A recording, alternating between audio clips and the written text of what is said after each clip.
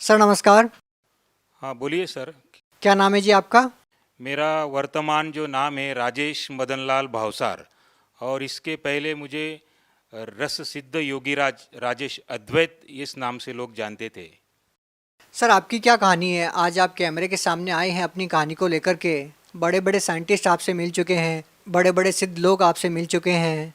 लाखों की तादाद में अभी भी जो आज के जो साधु संत जिनको लोग मानते हैं, आज के जो साधु संत हैं, वो आपसे मुखातिब होने के लिए, मिलने के लिए आतुर रहते हैं। सर आपकी क्या कहानी है, क्या बताना चाहेंगे आप? मैं लोगों को ये बताना चाहता हूँ, मेरे पास जो कई प्रकार की सिद्धियाँ थी। इससे पहले मैंने एक किताब लिखी है, देह सिद्धि, स्वर्ण सिद्धि और रस सिद्धि नाम की किताब लिखी है मैंने। क्या सर आप इसको कैमरे में दिखा सकते हैं? ये मेरी किताब है, देह सिद्धि, स्वर्ण सिद्धि और रस सिद्धि नाम की जो किताब है, इसको मैंने लिखी है। और ये मेरा आखिरी में ये फोटो भी है। इसको ये जगत विख्यात रस सिद्ध योगीराज राजेश अद्वैत ये नाम से लोग मुझे पहचानते थे। इसके आप ये फ़ोटो देख सकते हैं।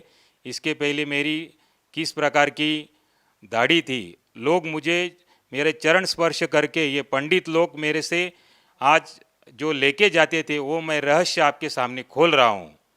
आप एक देख सकते हैं कि ये जो मेरे हाथ में जो चीज़ है, ये संसार की अत्यंत दुर्लभ वस्तु मानी जाती थी। इसको शास्त्रों में और पुराणों में कहा है कि मृदुहा कोटिगुणम फल प्राप्तेत स्वर्णलिंगा, स्वर्णात् कोटिगुणम फल प्राप्तेत बाणलिंगा, बाणात् कोटिगुणम फल प्राप्तेत नर्मदेश्वर लिंगा और नर्मदेश्वरात् कोटिगुणम फल प्राप्तेत पारदेश्वर लिंगा।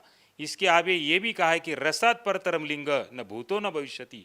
इसका तात्पर्य ये कि सारा संसार आज जो शिवलिंग की पूजा कर रहा है, जिसको ये बताया जाता है कि मिट्टी से जो बना शिवलिंग होता है उससे करोड़ों गुना पुण्य फल प्राप्ति सोने के शिवलिंग के पूजन से प्राप्त होती है। इस श्लोक का अर्थ बता रहा हूँ मैं आपको।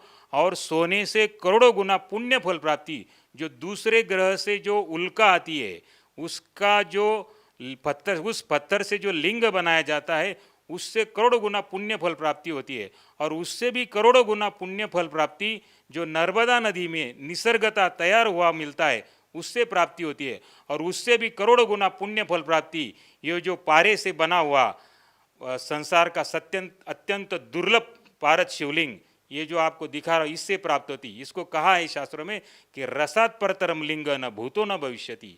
ये पारे का शिवलिंग है, आप देख सकते हैं। सर इसकी महत्वता क्या है? आपने जो ये बनाया है शिवलिंग, सर इसकी महत्वता क्या है? पारा मतलब कौन सी धातु है, मतलब क्या है इसकी कहानी? सर मैं आपको दिखाता हूँ पारा, एक मिनट में। ये जो आप देख रहे हैं सर, कि ये जो है ना, ये इसको मर्क्यूरी बोला जाता है और ये हाथ में नहीं उठाया जाता है। इसको जो है भगवान शिव का वीर्य कहा है। ये जो देख रहे हैं आप, ये जो बिजली के समान तेजस्वी अत्यंत दैदीप्यमान जो पदार्थ देख रहे हैं, इसको भगवान शिव का वीर्य बताया है। और ये संसार का अत्यंत दुर्लभ वस्तु और पूर्ण पूर्ण पृथ्वी तल पर एक जीवित धातु माना जाता है इसको। और वैज्ञानिक दृष्टिकोण से भी इसको अलाइव मेटल कहा गया है। इसमें सभी धातुओं को समाने की क्षमता है इसमें। और इससे बना ये शिवलिंग है जो आज संसार का अत्यंत दुर्लभ माना जाता है।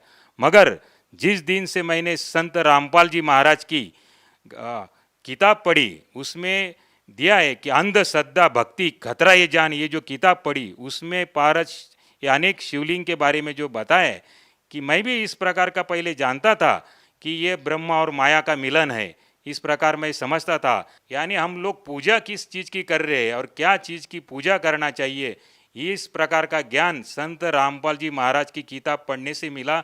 और मैं इसको इसके माध्यम से अमर बनने की ख्वाहिश लेके बैठा था कि मैं अमर बन जाऊं। क्योंकि ये विज्ञान में आगे चल के इस प्रकार का भी समावेश किया गया है कि इससे व्यक्ति अमर बनता है। मगर ये बात तब मुझे गलत लगी कि मुझे ही डायबिटीज़ हो गया और मैं मलाई, घी, चावल ये खाने में असमर्थ था। तब मुझे आहत निकली मेरे अंदर से कि हे परमात्मा, तुम जहाँ भी कहीं बैठे हो तो मेरे अंदर की आवाज़ सुनो आप। सर ये जो पदार्थ आपके पास है, सर इस पदार्थ से तो कोई भी शिवलिंग बना सकता है, इसमें बड़ी बात क्या है? नहीं सर, ये इसको जो है ना, ये आम व्यक्ति नहीं बना सकता। इस प्रकार का और भी एक मैं शिवलिंग बनाया करता था जिसको भूखा पारसमणि कहा जाता है। नहीं, जो आपके पास ये जो पदार्थ है, ये जो लिक्विड पदार्थ है, इसको गर्म करके या ठंडा करके या किसी क्रिया के द्वारा इसको ठोस नहीं बनाया जा सकता। नहीं सर, ये जो है इसको 662 डिग्री पर आप हीट देंगे तो ये इवापोरेट हो जाता है, कपूर के जैसा उड़ जाता है। इसको गर्म करने से भी आप बांध नहीं सकते। संसार की ऐसी कोई चीज़ नहीं है। रावण के संहिता में बताया गया है कि ये तंत्र की आखिरी क्रिया मानी जाती है। भारत को जड़ी बूटियों के माध्यम से और तंत्र के माध्यम से बांध देना और इसको ये सुवर्ण खाने में सक्षम है ऐसे बना देना। सर, आपने कहा कि ये स्वर्ण खाने में सक्षम है। सर, इस बात का क्या मतलब निकाले? ये जो इस प्रकार का जो लिंग बनता है तो इसको आप स्वर्ण अगर ये इसको टच करते हैं तो ये स्वर्ण अपने आप में खा जाता है। इस प्रकार का भी एक शिवलिंग बनता है और ये जो शिवलिंग है इसको आप अगर स्वर्ण स्पर्श करेंगे तो ये अपने आप में व्हाइट बना देता है। सोने को अगर इसे टच करेंगे तो व्हाइट बन जाए। हाँ जी सर, कौन विश्वास करेगा सर इस बात पे? आप देख सकते हैं, लाइए आप कोई चीज़ है तो। सर, इससे पहले हम आपसे ये जानना चाहेंगे, ये जो सोना आपके हाथ में है ये वाइट हो जाएगा, मतलब ये सोना नहीं रहेगा? हाँ जी, इसके घिसने से सोना नहीं रहेगा ये? नहीं, इसके अंदर जो गुण है ये गुण इस अपने गुण ये दूसरे में उतार देता है और इसको भी वाइट कर देता है सोने को। आप देख सकते हैं कि मैं इसको स्पर्श करा रहा हूँ और आप देख सकते हैं इसको कि ये देखो, ये देखिए आपके सामने मैं बता रहा हूँ। आप दूसरा कोई भी पेंट इसको लगा सकते हैं, ये सोने को नहीं पकड़ता है क्योंकि सोना जो चीज़ है वो अपने आप में अलग होता है। इसका मतलब तो ये हुआ कि जैसे पारस पत्थर होता है जो लोहे को सोना बना देता है, तो इसने सोने को लोहा बना दिया एक किस्म से। नहीं, ये नहीं कह सकते हम, मगर कि जो दूसरा आता है इसमें से जो ये सोने को खाता है, भूखा पारसमणि, बुभुक्षित पारस कहते हैं इसको, तो ये सुवर्ण खा जाता है और ये इसकी जो क्षमता है वो कितना पचा जाएगा अपने में सोना, इसका कोई अंदाज़ा नहीं रहता है। आपका कहने का मतलब है कि आप में इतनी सारी सिद्धियां हैं या आप इतनी विद्याओं को जानते हैं कि आप वो भी चीज़ बना सकते हैं जो लोहे को सोना बना सकती है या फिर सोने को खा सकती है, वो आपने बना ही दिया। हाँ जी, मैं कुंभ मेले में भी जो है मेरे पास गाड़ी भर भर के ये जो नागा साधु वगैरह सब लोग आते थे और मैं ये पारे के माध्यम से चांदी बनाने का प्रोग्राम दिखाया करता था कि ये सारी चीज़ रखी हुई है और इनसे आप ये चीज़ इसमें डालेंगे तो इस प्रकार का सोना चांदी ये मैं बना के खुद लाभ देता था लोगों को। मगर जिस दिन मुझे ये समझ में आ गई कि ये जो ज्ञान जो है ये अधूरा है, संत रामपाल जी महाराज जी का मैंने सत्संग देखा टीवी पे और उसमें वो बता रहे थे, उंगली घुमा के ऐसे बता रहे थे कि ये ब्रह्मा विष्णु महेश भी नाशवान है और इनकी भी जन्म मृत्यु होती है। तो मुझे मेरी पैर के नीचे की ज़मीन खिसक गई कि ये जिसको मैं अमरता का अपने खुद अमर होने के लिए मैं इनकी पूजा लेके बैठा था और इनसे मिलने वाले लाभ को तो क्षणिक लाभ बोला है। तो ये शब्द मैं सुनकर बहुत ही परेशान हो गया मैं कि ये बात कुछ बिगड़ रही है, ये मेरे समझ में आ गया। और तब मैंने वो ध्यान से सब सत्संग सुना और सत्संग में उन्होंने बताया कि भगवती पुराण पाठ नंबर 123 पे उन्होंने बताया कि ये ब्रह्मा विष्णु महेश इनकी भी जन्म मृत्यु होती है। सर, आपने अपने आप को विश्वविख्यात बताया, तो हम आपसे जानना चाहेंगे, तो आप कहाँ से विश्वविख्यात हो गए? ऐसे कौन से लोग आपको मिले जिस आधार पे आप ये कह रहे हैं कि मैं विश्वविख्यात था? किन किन लोगों से मुलाकात हुई आपकी इस दौरान जब से आपने ये विद्याएं सीखी है, इतने बड़े बड़े कारनामे आपने करने सीखे हैं? सर 1996 में वर्ल्ड पीस कॉन्फ्रेंस हुआ था, उसमें मैंने कई साइंटिस्टों के साथ डिस्कशन किया और उसमें अमेरिका के डॉक्टर ईसीजी सुदर्शन जिन्होंने कई आइंस्टाइन की सिद्धि फ्लॉप कर दी है। सर, बोलने को तो कुछ भी बोल सकते हैं, इस बात का प्रमाण है आपके पास? जी हाँ, मेरे पास फोटोग्राफ्स है, आप देख सकते हैं। ये देखिए, ये वर्ल्ड पीस कॉन्फ्रेंस 96, इसमें ये कौन है सर ये? डॉक्टर ईसीजी सुदर्शन जिन्होंने कई आइंस्टाइन की थ्योरी फ्लॉप कर दी है और इनको भी मैंने डिस्कशन बताया था और ये भी शुरू में नहीं मान रहे थे कि इस प्रकार का कोई होता है चीज़। तो जब इनको प्रमाणों के साथ मैंने ये सब चीज़ें बताई तो उन्होंने भी ये लोहा मान लिया कि सचमुच ये जो आप बता रहे ये सही ज्ञान है। इसके अलावा किन लोगों से आपकी मुलाकात हुई जिसके आधार पर हम ये मान सकें कि वास्तव में आप एक ऐसे महत्वपूर्ण व्यक्ति हैं जिस व्यक्ति पर विश्व के विख्यात लोगों ने भरोसा किया या आपसे मुलाकात करने के लिए वो लोग आतुर रहे, कि आपने एक ऐसी बड़ी खोज की है या फिर जड़ी बूटियों के माध्यम से आपने एक ऐसा यंत्र बनाया है जिसको लोग सपने में भी नहीं सोच सकते कि ऐसा हो सकता है। सर, जैसे आप देख रही है हाई कमिश्नर ऑफ टांजानिया, इस प्रकार के कई जो दलाई लामा वगैरह इन सब लोग, दलाई लामा से भी आपकी मुलाकात हुई है? हाँ जी, वर्ल्ड कॉन्फ्रेंस में आए थे, उन लोगों से भी डिस्कशन हुआ मेरा। और जो ये किताब में बता रहा था उनको कि इस जो ज्ञान के ऊपर चर्चा कर रहा था, जैसे वो लोग नाथ संप्रदाय को सिद्ध मानते थे और उसमें क्या लिखी बात है वो उनको समझ में नहीं आती थी। उनको मैंने कहा कि मेरे पास ऐसा ऐसा ज्ञान मैं हिमालय में रह के सीख के आया हूँ, मैं 8 साल मैंने हिमालय में रहा हूँ और कई प्रकार का ज्ञान हस्तगत किया है, मगर उनको ये भरोसा नहीं होता था कि हमने पहले ही ज्ञानेश्वरी पढ़ रखी है, पीएचडी कर रखी है, आप क्या नया बताएंगे। तो मैंने उनको एक श्लोक बोला, तोरस मोरस गंधक पारा, जिन वीचे दीजे नाम सहारा, नाग मार नागिन को दे, गोरख कहे खप्पर भरी कंचन ले। इस दोहे का आप ट्रांसलेट करके बताइए तो मैं आपको मान लूँगा कि आपने पीएचडी की है। तो उनको वो बता नहीं सके, क्योंकि ये जो पूरी रासायनिक क्रिया है और केमिकली क्रिया है कि इसके माध्यम से, पारे के माध्यम से सोना बनाया जा सकता है। शॉर्टकट में इसके सारे रहस्यों को जब मैंने खोला तब उनकी बात समझ में आई, क्योंकि आखिरी में स्पष्ट रूप से कहा है कि गोरख कहे खप्पर भरी कंचन लीजिए। कंचन में स्वर्ण, जो मटके का आधा भाग होता है उसको खप्पर बोलते हैं। इस प्रकार का खप्पर भर के आप कंचन स्वर्ण बना सकते हैं, इस प्रकार की विधि उसमें छिपी थी। मगर इतना होने के बावजूद, ये सब होने के बावजूद भी मैं आपको बता रहा हूँ, समाज को बता रहा हूँ कि इस प्रकार के जो हम लोग शिवलिंग के ऊपर आश्रित हो गए, तो ये अपने आप में ये यूजलेस और इसका कोई मूल्य नहीं है अपने जीवन में, ये आप समझ लीजिए। क्योंकि इससे क्षणिक लाभ प्राप्त होता है, लाभ तो होता है मगर क्षणिक लाभ प्राप्त होता है। और इसकी इतना, जितने ये स्वामी है उतने मनुष्य की एक श्वास की कीमत संत रामपाल जी महाराज ने बताई है कि मानुष जन्म दुर्लभ है, ये मिले न बारंबार, जैसे तरुवर से पत्ता टूट गिरे बहुर न लगता डार।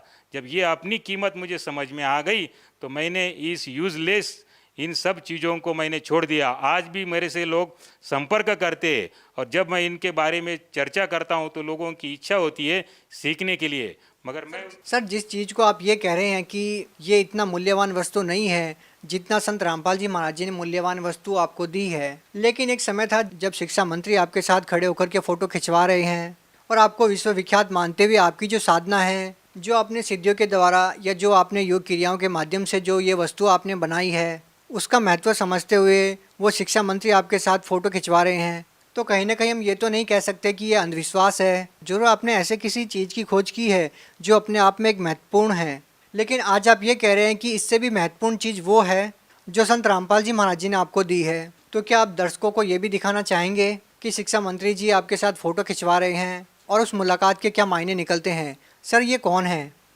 ये जी सर अमरीश पटेल जी है, ये शिक्षा मंत्री है और इस प्रकार का जो ज्ञान समेटे हुए मेरे पास कई लोग जो आते थे। सर देखिए, ये तो शिक्षा मंत्री है, लोगों तक शिक्षा पहुंचाने का कार्यभार इनके ऊपर है, ये भी आपके साथ खड़े हैं, तो कहीं ना कहीं ये तो मान सकते हैं हम कि ये अंधविश्वास तो है नहीं, ना ही हम ये कह सकते हैं कि ये आम समाज के लिए यूजलेस चीज़ है। तो इनके साथ जब आपकी बातचीत होती है तो क्या बातचीत होती है आपकी इनसे, और आप इनको भी क्या संदेश देना चाहेंगे? ये भी अपने आप में ये माने बैठे थे कि ये जो चीज़ है यही लास्ट स्टेज है किसी भी वस्तु को एक ऐसे मुकाम पर पहुंचने के लिए जिससे लोगों को प्रभावित किया जा सके। सर, मुझे परमात्मा चाहिए था और इन सब चीज़ों से परमात्मा प्राप्त नहीं हो सकता है, ये मेरे ध्यान में बात आ गई। और जब मैंने ये संत रामपाल जी महाराज का ज्ञान बारीकाई से अध्ययन किया, क्योंकि इसके पहले मैं तो सारा कुछ पढ़ चुका था, आयुर्वेद, कर्मकांड, ज्योतिष, मीमांसा, पराविज्ञान, पारद विज्ञान, कई प्रकार की सिद्धियों को कर चुका था। ये सब करने के बावजूद मुझे ये तो ज्ञान हो गया था कि संत कौन है, क्योंकि बाकी सारी संत तो जो धन के लालची होते हैं, और मैं इस प्रकार की सिद्धियां उनके सामने दिखाता था तो वो कुछ भी देने के लिए और समर्पित करने के लिए तैयार हो जाते थे। इवन ब्राह्मण लोग भी मेरे पैर छू के वो मेरे से शिवलिंग 1100 रुपये का शिवलिंग आगे 11,000 में बेचते थे। तो इस प्रकार का वो सब लोग करते थे।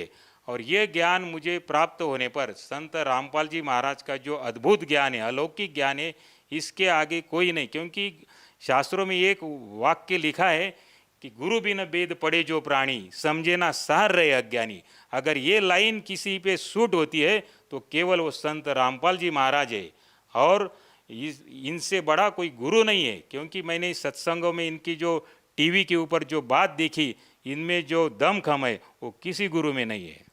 सर हम आपसे ये प्रश्न भी नहीं पूछ सकते कि संत रामपाल जी महाराज जी से नाम दीक्षा लेने के बाद आपको लाभ क्या मिले, क्योंकि जिन लाभों को लेकर के हम धर्मगुरुओं के पास जाते हैं, कहने का मतलब है कि धन प्राप्ति के लिए तो आप लोहे को सोना बना सकते हैं, सोने को लोहा बना सकते हैं, यहाँ तक कि आप सोने को भस्म कर सकते हैं। इतनी सारी चीज़ें आपके पास है, इतनी सारी विद्याओं को आप जानते हैं, तो हम ये तो नहीं कह सकते कि किसी लोभ में या धन प्राप्ति के लिए आप संत रामपाल जी महाराज जी से जुड़े हैं।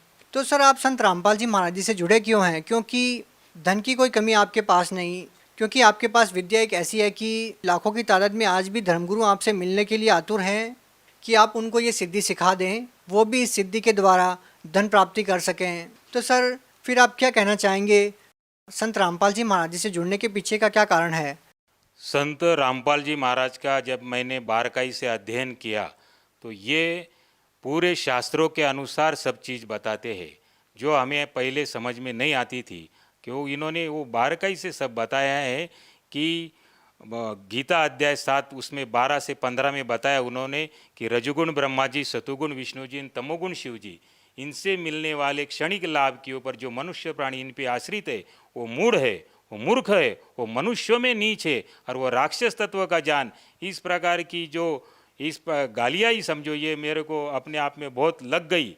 और जिसको ये लग जाती है तो वो अपने आप में ये बदल जाता है।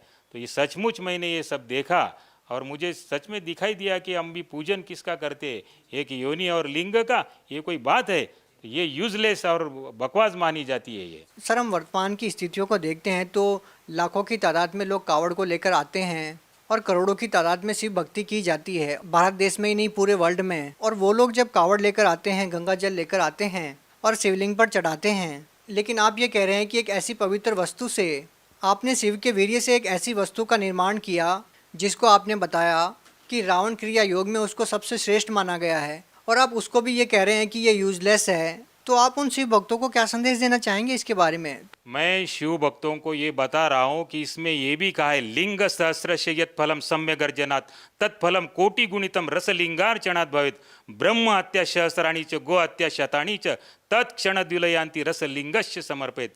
मतलब इससे महान शिवलिंग पूरे संसार में नहीं कोना। आगे तो ये बताया इसका पुण्य लाभ होता है, इससे श्रेष्ठ माना जाता है।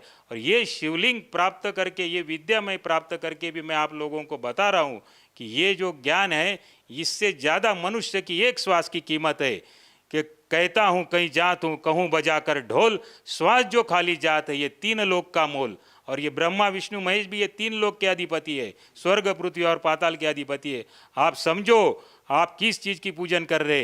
हे मानव जगत आप जागो कि ये संत रामपाल जी महाराज जो दिखने में सामान्य से दिखते, ये कोई साधारण व्यक्तित्व नहीं है, ये आए हुए परमात्मा ही है। आप इनको परखो, इनके ज्ञान को समझो। और ऐसी किसी में हिम्मत नहीं है कि जो कहते त्रिदेव की भक्ति उनकी कभी ना होए मुक्ति, ये बताने वाले संत रामपाल जी महाराज ही है। सर एक समय था जब आप घर से निकले तो आपकी इच्छा ये थी कि किसी भी तरह से अमर हुआ जाए, कि एक ऐसी विद्या प्राप्त की जाए, एक ऐसी भक्ति प्राप्त की जाए जिससे मैं अमर हो जाऊं, कभी भी ना मरूं।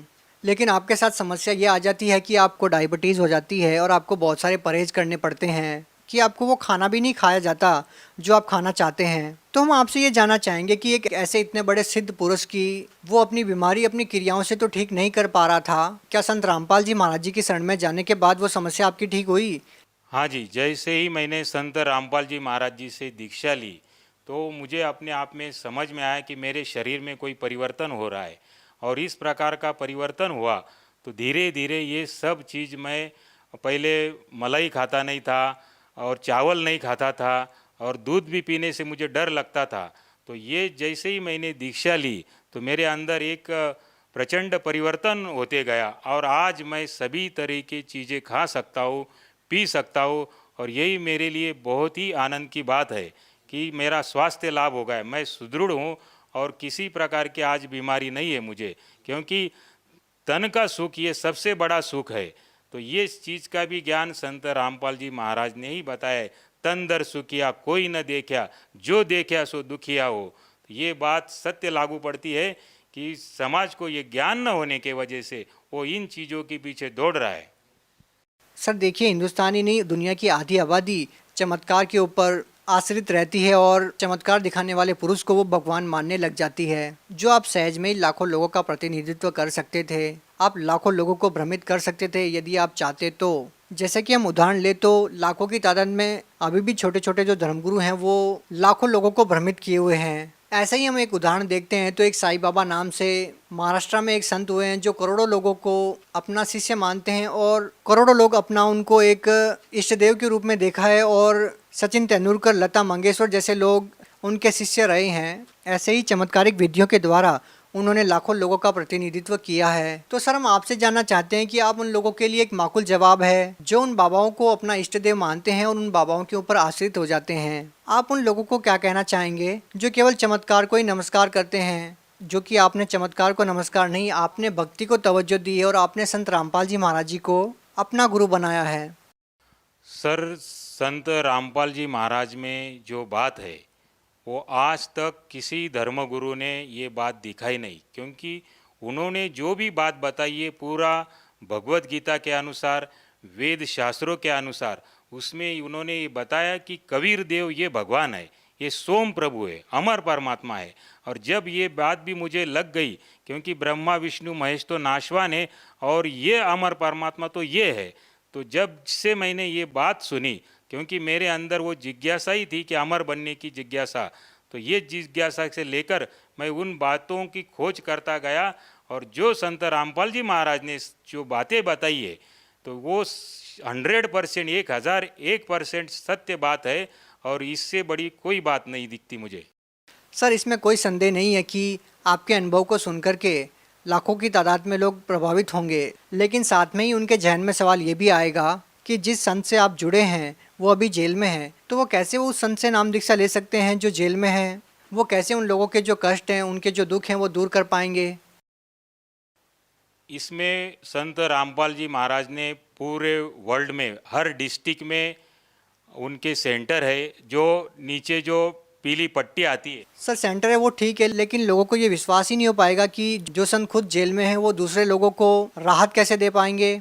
ऐसा होता है कि जो संत होते हैं उनमें सिद्धि होती है और वो सिद्धि वाचा सिद्धि होती है। केवल स्पर्श मात्र से भी या शब्द मात्र से भी वो किसी प्रकार का भी कोई भी चीज़ का निर्माण कर सकते हैं। तो सर लोगों के जहन में सवाल ये भी तो आएगा कि वो बाहर क्यों नहीं आ जाते? ये एक तरीका होता है कि किस प्रकार क्या चीज़ करनी है वो संत ही समझ सकते हैं। बाहर आने का मतलब ये तो नहीं कि वो कुछ कार्य नहीं कर रहे, वो वहाँ बैठे बैठे ही सब कार्य कर सकते हैं।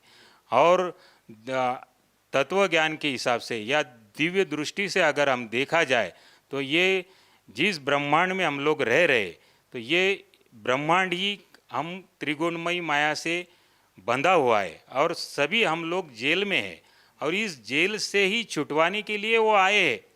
तो जो एक दृष्टि से अगर देखा जाएगा कि इनको जेल में रहते हुए भी जो आस्था इन पे बना लेगा और समझ लेगा, तो वो बूमरैंग करके वो चीज़ आती है तुम्हारे ऊपर और उस बूमरैंग के हिसाब से यहाँ से छूटने के लिए तुम्हें भी मदद मिलती है। सर आपने स्वर्ण भस्म यंत्र का निर्माण किया, क्या आपने इसके अलावा भी कोई ऐसा यंत्र बनाया अपनी सिद्धियों के द्वारा, जो आपकी विद्या थी उनके द्वारा? हाँ जी सर, ये जो आज देख रहे पूरा सभी गुरु इस यंत्र के ऊपर अपना महत्व जमा लेते हैं। इसको महालक्ष्मी यंत्र का श्री यंत्र कहा जाता है और इसमें भी क्या चीज़ छिपी है, इसमें इस महालक्ष्मी के भी यंत्र में हिरण्यवर्णाहरणी जात वेदो त्वाम लक्ष्मी आवत, तो इसमें भी पारे के माध्यम से सुवर्ण क्रिया करने की विधि छिपाई गई है और वो किसी को न मालूम होने की वजह से लोग इसको घी का दीपक लगाते हैं और इसका पूजन करते हैं। ये यूजलेस है। तो उसमें क्रियाओं को समझ के और उसके अनुसार करने से, और ये सभी चीज़ें जो है तो किसी को वो समझ में नहीं आती है, तो इसलिए गुरु संसार में करना आवश्यक है। सर आपने जो यंत्र बनाया था उस यंत्र ने सोने की धातु को अपने रंग में बदल दिया, लेकिन सर लोगों को शंका ये हो सकती है कि आपके हाथ में कोई और वस्तु हो या आपने जिस सोने को वाइट किया है वो वाइट वस्तु कुछ और हो। तो लोग आपसे ये ज़रूर जानना चाहेंगे कि अगर वो सोना आपके पास लेकर आते हैं तो क्या उस धातु से आप उसको भी वाइट कर सकते हैं? हाँ जी, बिल्कुल, कभी भी कहीं भी ये चीज़ हो सकती है। तो आपके जो कहने का मतलब है कि आपने अभी तक जो क्रियाएं की, आपने जो विद्या सीखी वो बिल्कुल यूजलेस है और सही जो चीज़ है वो संत रामपाल जी महाराज जो भक्ति बता रहे हैं वो है। हाँ जी, बिल्कुल ये ऐसा ही है, क्योंकि संत रामपाल जी महाराज ने जो जो बातें बताई है आज तक संसार में किसी गुरु ने नहीं बताई है। उन्होंने गुरु ग्रंथ साहिब के अनुसार भी सिद्ध कर दिया कि हक्का कबीर करीम तू बे एब परवरदिगार, कि ये कबीर साहेब ये सोम परमात्मा है और ये अमर परमात्मा, यही परवरदिगार है। सर आपने शिव भगवान को मानने वाले लोगों को एक संदेश दिया कि आप जो साधनाएं कर रहे हैं वो साधनाएं करने की नहीं है, संत रामपाल जी महाराज जी से नाम दीक्षा लो। तो क्या ये माना जाए कि संत रामपाल जी महाराज शिव भगवान की या देवी देवताओं की भक्ति छुड़वाते हैं? नहीं, संत रामपाल जी महाराज तो ये बताते हैं कि जैसे तहसीलदार साहेब है, कलेक्टर साहेब है, मंत्री साहेब है, मुख्यमंत्री साहेब है, प्रधानमंत्री साहेब है और राष्ट्रपति साहेब है, तो ये भी अपने स्तर के साहेब है। साहेब यानी स्वामी प्रभु है ये। और तहसीलदार को या अगर हम राष्ट्रपति कहेंगे तो ये बात गलत हो जाती है। वो इतना ही समझा रहे कि तुम तहसीलदार को तहसीलदार ही साहब बोलो। तो ये जो है ये अपने स्तर के प्रभु है, तीन लोक के अधिपति, तीन लोक के भगवान है। सर संत रामपाल जी महाराज जो है देवी देवताओं की भक्ति छुड़वाते नहीं है, तो ये तो उन देवी देवताओं के मंत्र प्रदान करते हैं जिससे ये देवी देवता भी किस प्रकार लाभ पहुंचा सकते हैं। लेकिन सर लोग मंत्र तो कर रहे हैं ना, ओम नमः शिवाय वगैरह भक्ति तो कर ही रहे हैं। तो ये जो है ये मंत्र शास्त्र प्रमाणित नहीं है। संत रामपाल जी महाराज भगवत गीता खोल के बताते हैं कि उसमें तो केवल बताया मुझ माम ब्रह्म का केवल ओम एकाक्षरीति मंत्रम, उसमें बताया है कि वो बताते हैं कि संत रामपाल जी महाराज बताते हैं कि ओम मंत्र इसमें बताया है, फिर ओम नमः शिवाय कहाँ बताया है। तो आपके कहने का मतलब ये है कि संत रामपाल जी महाराज जी देवी देवताओं के जो मंत्र बताते हैं वो शास्त्रों के अनुसार है और उन्हीं मंत्रों को करने से देवी देवता लाभ दे सकते हैं। जी हाँ, बिल्कुल, संत रामपाल जी महाराज जो बता रहे उन्हीं के अनुसार भक्ति करने से ही लाभ होगा। अंत में सर आप भगत समाज को क्या संदेश देना चाहेंगे? मैं समाज को ये प्रार्थना कर रहा हूँ, हृदय से प्रार्थना कर रहा हूँ कि आप इन चीज़ों के पीछे ना दौड़े, ये शिवलिंग के पीछे ना दौड़े, क्योंकि इससे संसार की श्रेष्ठतम वस्तुएं मैंने निर्माण कर रखी थी और इसके ऊपर कोई चीज़ नहीं है। और इसके बावजूद मैं आपको बता रहा हूँ कि इतनी कीमत, उससे ज़्यादा कीमत तो मनुष्य के एक श्वास की है। और ये फिजूल में इन चीज़ों के पीछे दौड़ने से अपना अमर शरीर प्राप्त करने के लिए, मोक्ष प्राप्त करने के लिए अगर कोई चीज़ करना चाहते हैं तो केवल संत रामपाल जी महाराज जिनका आप सत्संग देखो, रोज़ साधना टीवी पे 7:30 बजे आता है, आप ये सत्संग को रोज़ देखो और नीचे जो पीली पट्टी आती है उसके ऊपर नंबर डायल करके आप वहाँ पे संदेशा भेजो। आपको कोई किताब चाहिए या नामदान लेना है तो सभी चीज़ें का डायरेक्शन आपको वहाँ से प्राप्त हो जाएगा। जी धन्यवाद।